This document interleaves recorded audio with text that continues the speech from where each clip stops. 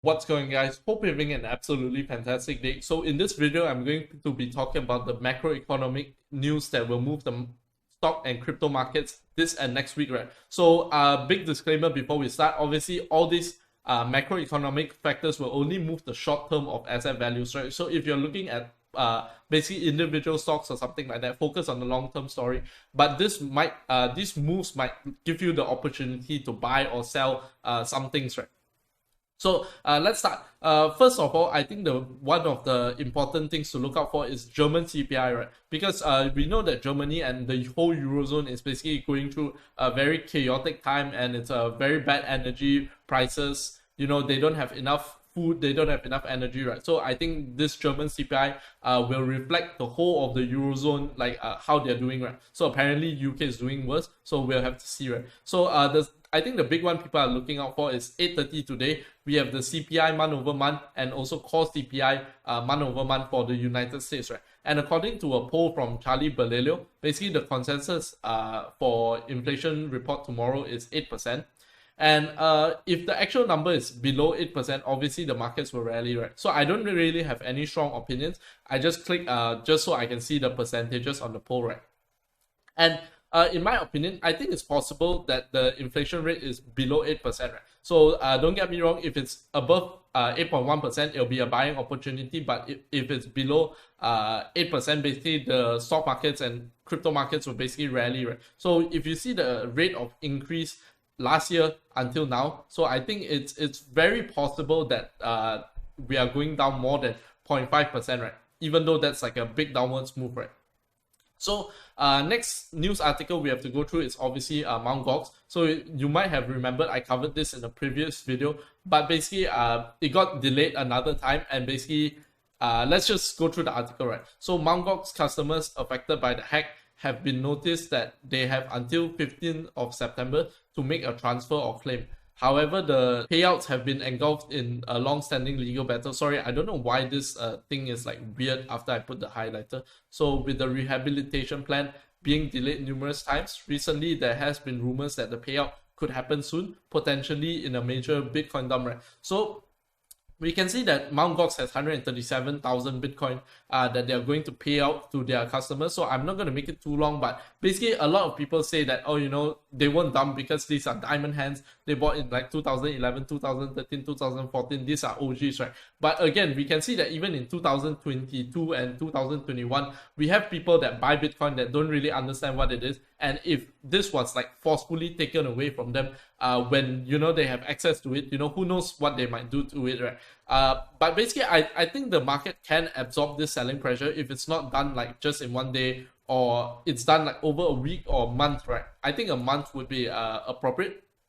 But I think just the news headline coming out will lead to a reflexive move, right? So what do I mean by that? So just the news article coming out that, oh, Mt. Gox has released 137,000 Bitcoin will lead the market lower, which in turn will lead some market participants to dump their Bitcoin, and that might really affect the price, right? So that's something that we have to look out for. So another news event that will really move the crypto markets is obviously the Ethereum merge, right? But whether that has been fully priced in or not, that is another question mark on my head, right? So we can see that from the bottom, so 1,500, and at this intermediate top in the past week, at almost 1,800, we can see that Bitcoin actually performed on par with Ethereum, right? And that is also a very weird thing, right? Because Ethereum normally has like a 1.5 to 2x kind of leverage on top of Bitcoin, right? The way it moves, because it's a smaller market cap, things like that, right? So we can see that obviously in the past few days, Ethereum has been underperforming Bitcoin like crazy, right? You can see that in the past few days, Bitcoin has been moving up while Ethereum has just been moving sideways, right? So why is this? It's probably because that people are trying to front run the Ethereum merge, basically selling off their assets before the Ethereum merge, because a lot of them probably accumulated somewhere here or here or here, or maybe even like somewhere behind here.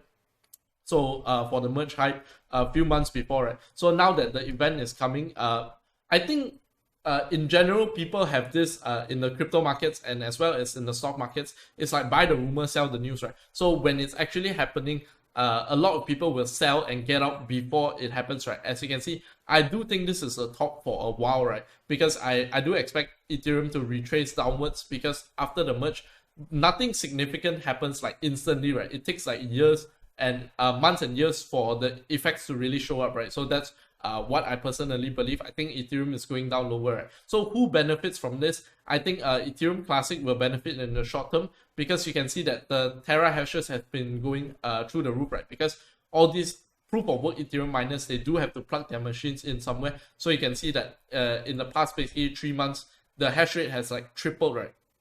So pretty insane moves. But for the long term of Ethereum Classic, I'm not so sure, because I don't think there's too much development activity on Ethereum Classic. People still want to develop on Ethereum, and all the ESG narratives and all that are pushed will also be good for proof of stake Ethereum, in my opinion. So if you're enjoying the video so far, do help me smash up the like button, hit subscribe, and also hit the bell button and press on all, right? So this will really help out the channel. And also watch till the end, right? Because obviously you don't want to miss any important information. So personally, I think there's a lot of risk that comes with the Ethereum merge. Basically, you're moving from something that is well known to something which is not so, basically not so well known, and maybe there might be bugs or exploits that have yet to show themselves, right? Because basically, if you are a hacker, think of it, if you are a hacker, would you let these Ethereum developers know on their testnet that, oh, you know, I have a backdoor, or I have something that I can use to hack the system? No, right? So basically, there is this sort of risk. So if that happens, Ethereum will take a huge dump, right? So let's just see what happens. Hopefully, everything goes smoothly, and basically the crypto markets don't tank to, you know, the toilet bowl, right? But even if it tanks, if you are well positioned, basically it is a buy the dip opportunity, right? So this is something to keep in mind, right? Always have a game plan for both sides, right? Whatever happens, you'll be fine. That's the most important thing, right? So going on to the last thing is obviously the Federal Reserve meeting, which is on the 20th to 21st, right? Basically a week from now. And I think this one I have sort of a strong opinion that they are going to move only with a half a point hike, right? So a lot of people, basically 82% of the market are pricing that the Federal Reserve will have a 75% or the hike, right? So some people even speculating it's going to be a 1 point hike, right? But basically, I'm starting to think that they are talking extremely tough, because they no longer have the tools to raise the rates too high, right? Because obviously the US debt, there's a debt, the debt is like huge, right? So that is one of my main reasons for thinking that I don't think they can do, like, you know, raise until like, you know, 10% or something insane like that, right? So even if you think about it, if they raise to something like 4% and their terminal is another few percent, right? I don't think the effects will be diminishing, right? Because if you think about it, from 0 they start raising rates to 1. That's how many times is that? Infinite times. So let's just start with 0.25. So it's like 4 times the rate. That's why all the risk assets basically get crushed, right? But as you move to 2% from 1%, that is just a doubling of the rate. And you move from 2 to 4%, it's also another doubling of the rate, right? So not saying that this won't affect companies, because a lot of companies, let's say it crosses a certain threshold, basically maybe like 6% or 7%, a lot of companies will default on their debt, right? Because they don't have any way to roll over their debt to get cheap financing. A lot of zombie companies and things like that, right? So this is also something to look out for. I do personally think the Fed will hike until they break something, right? Because it's not the hike till they break something that makes them stop, right? It's actually the breaking something that makes them turn around, right? So I don't know whether that makes sense, because like some people view it as, you know, they're going to hike till they break something and then they stop, right?